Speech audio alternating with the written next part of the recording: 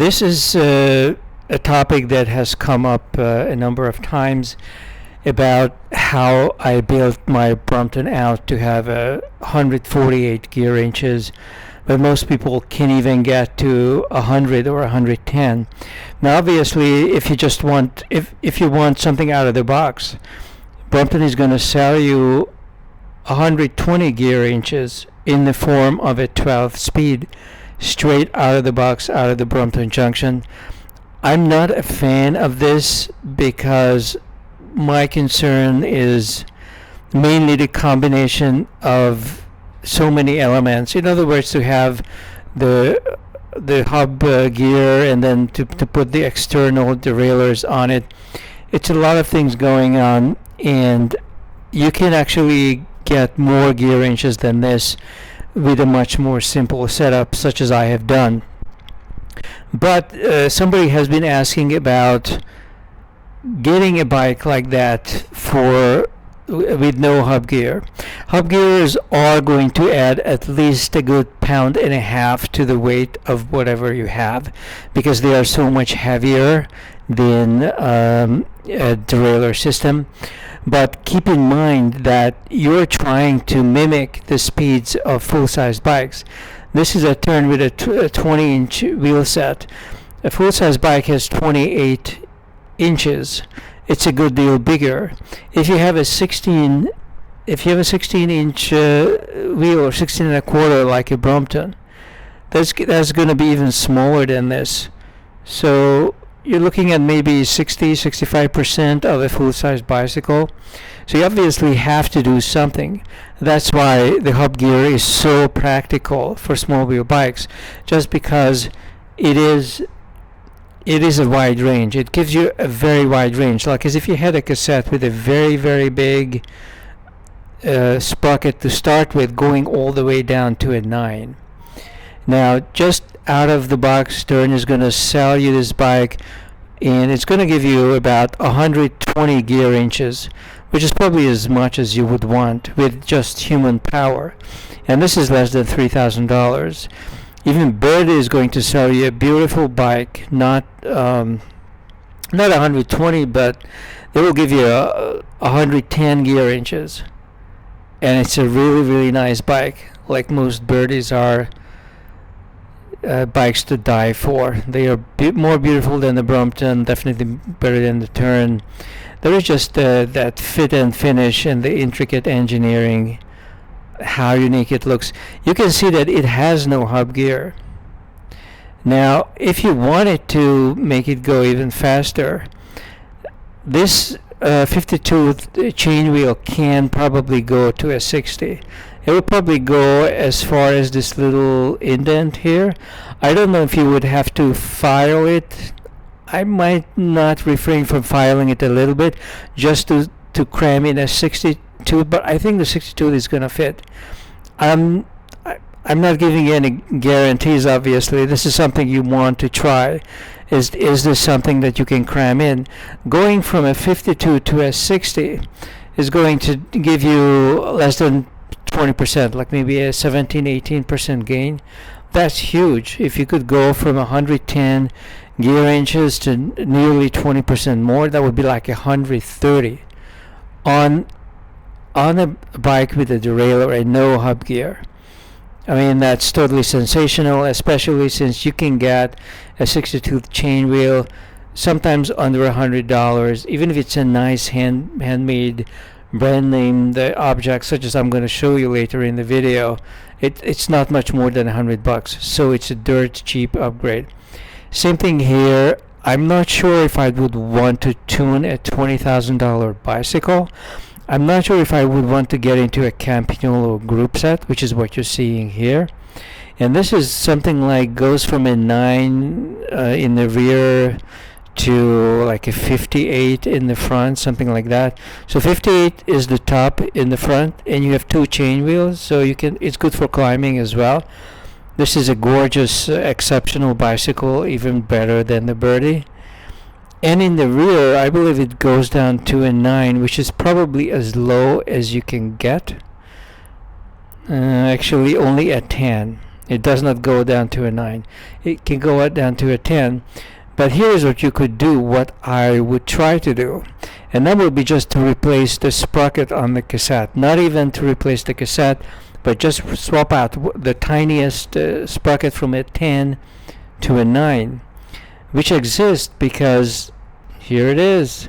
It goes down to a 9. So Campagnolo makes these cassettes, and I'm sure you can just get from just the sprocket from them. That would be expensive enough because Campagnolo is not known for their discounts. It's a gorgeous, everything they make is just so beautiful. But I would just want a sprocket. If I can't, then maybe I would buy the whole cassette and rip it apart and just take the sprocket out of it. It would probably be expensive because these things can cost hundreds of dollars just for this cassette.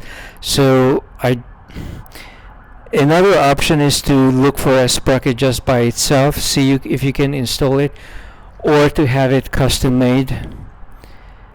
Submit a laser design or something on the computer and to have it custom made. But that's what I would do.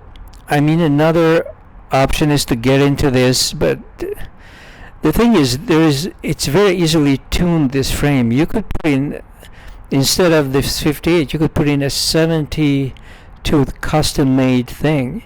And since it's custom made anyway, you might as well give them the precise measurement so that they make the attachment work with the existing Campagnolo crank. This would set you back a few $100s to do an upgrade like this.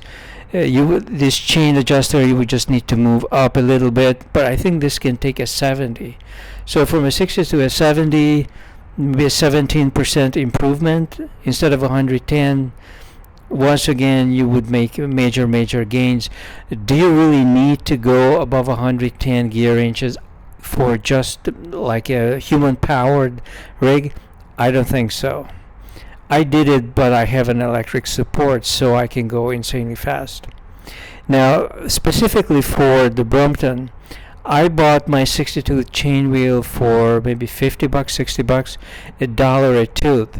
Apparently, H&H sells a 60-tooth chain wheel just like the one I have. So you see the 60-tooth, and I don't know what this is made of. It looks kind of very sturdy and heavy. I don't even know how heavy it is. Maybe it's not aluminum. Maybe it's partly titanium or some composite. But the price is not bad. You are getting a top shelf H&H, very high quality brand product. Here is the weight, 170 gram. Since I ride an electric, I'm not too concerned about the weight, so I never even measured what I have, and I would go for it. If for no other reason, just because it looks so cool and it's an H&H. If you want to really speed up the bike without having a hub gear, then this is definitely the way you could go, and probably the best way to go. Now, some people are not happy even with the 60 tooth.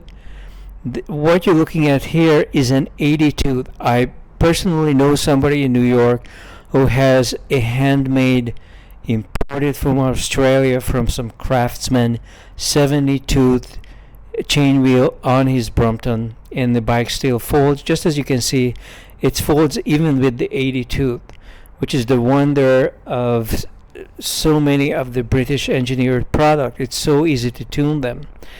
You're not going to put an 80 tooth chain wheel on a Birdy. It's so tightly engineered.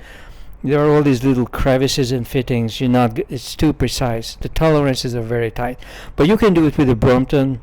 You could do it with the Moulton as well. You could do this with the Moulton Speed.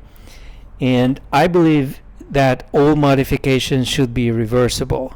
So I would fit this thing onto the Moulton, to the Campagnolo crank to fit exactly, removing the original. And if I wanted to go back to the original setup, I would want to be able to do that. Here is another picture. I must say these bikes are just kind of stunning looking because the chain wheel is so unique. It's all custom made. It's like a work of art. You can see this from far away. And another thing is about this guy. the one I know in New York with the 72, he has a single speed in the rear, and this one is a single speed as well. So what these guys do is they do 30 or 35 miles an hour on downhills with this crazy setup. But since they have no lower gears, no middle gears as well, instead of 1, 2, 3, 4, 5, it's more like you have gear 15, and that's all you have. So they really have to struggle on uphills and when they start out, and that gives them some really nice legs. I noticed the legs of this guy from far away as I approached the group. He was a part of the Brompton group I was leading on a ride, and I could see his legs from far away. I mean, these are like big chain wheel legs. You can only get them if you really force yourself, and that's what these big chain wheels do. They really push you to the limit of what you can do. So, do I recommend that you do this? I guess if I have done it up to the 62, I don't really need anything more than that. But if you wanted to have a very light setup that still goes really fast, then this is something to think about. Either to have a very small cassette, like maybe 3 sprockets, not very big, or go all the way for this insane single speed setup, because this is still very light. The extra weight of this chain wheel is probably not any heavier than not having derailleurs in the rear. So this kind of a setup will give you a pretty light thing that can go really fast. This is one sporty setup, and you can play this game with the Brompton. You can play it with the Moulton as well. If you were gonna do a single speed Moulton, then there are cheaper ways of doing it than this.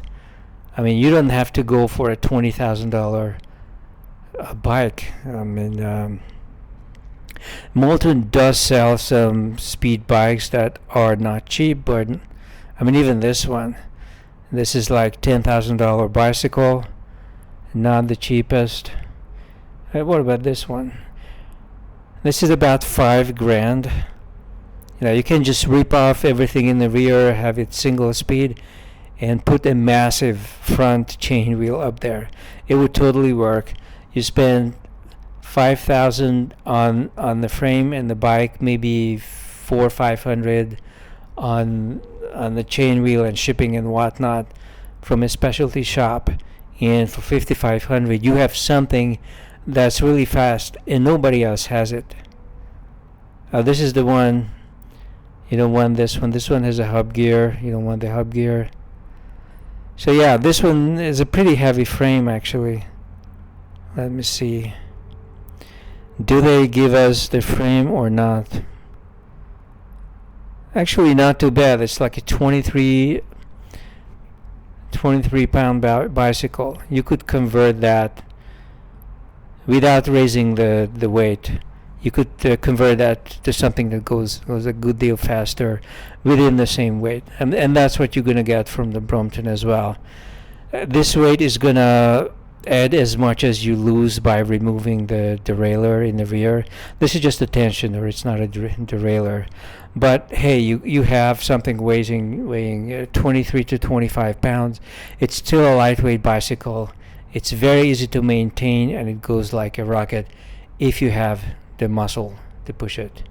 Okay, this is it for the current video, and I'll be back.